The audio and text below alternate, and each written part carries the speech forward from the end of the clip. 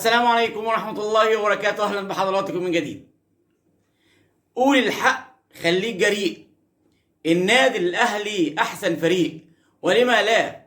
والنادي الأهلي النهاردة يضرب الترجي التونسي في عقر داره برادس بثلاثية نظيفة، نفس الملعب اللي النادي الأهلي فاز عليه على صفاقس التونسي بالهدف الشهير للماجيكو محمد أبو تريكة اللي فاز بيه تعتبر من أغلى البطولات الأفريقية.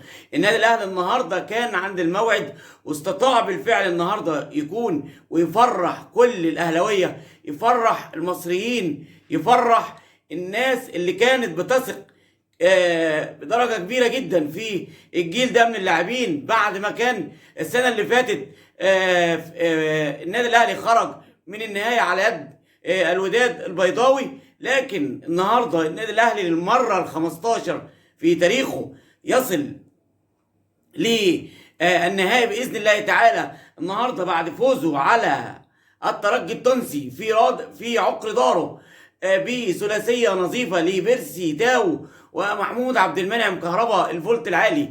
ماذا بينك وبين الله يا كهربا؟ النهارده كهربا سبحان الله بيتسبب في هدف وبيحرز هدف للنادي الاهلي. بيرسي تاو النهارده ولا اروع ولا اجمل. لاعبي النادي الاهلي النهارده بلا استثناء كلهم النهارده ما شاء الله كانوا على قدر المسؤوليه. محمد الشناوي النهارده بيزود عن مرمى النادي الاهلي ببساله وبيستبسل في كوره كانت ممكن ترجع الترجي التونسي للمباراه، لكن محمد الشناوي النهارده كان الاخطبوط الملقب كما يحب جماهير النادي الاهلي يلقبوه بالاخطبوط. ايضا كمان مش هننسى دور إلو ديانج، حسين الشحات، ولا الجناح الطائر علي معلول، اسرع ديليفري في مصر. النهارده النادي الاهلي بيضع قدم في النهائي عشان يلعب المباراه القادمه هنا مع الترجي وهو مرتاح البال قبل النهائي باذن الله تعالى. النادي الاهلي النهارده النادي الاهلي الكبير، النادي الاهلي العظيم، اهل القيم والمبادئ. النادي الاهلي النهارده مبروك لمجلس ادارته، مبروك للاعيبه النادي الاهلي، لاعضاء مجلس الاداره، لجماهيره، لمحبيه، لكل الكيان العظيم اللي اسمه النادي الاهلي. الاهلي النهارده بالفعل اثبت انه يستحق انه يكون كبير القاره، كبير القوم. النادي الاهلي النهارده استغل الظروف اللي فيها الترجي التونسي واستطاع ان يقسو عليه بثلاثيه.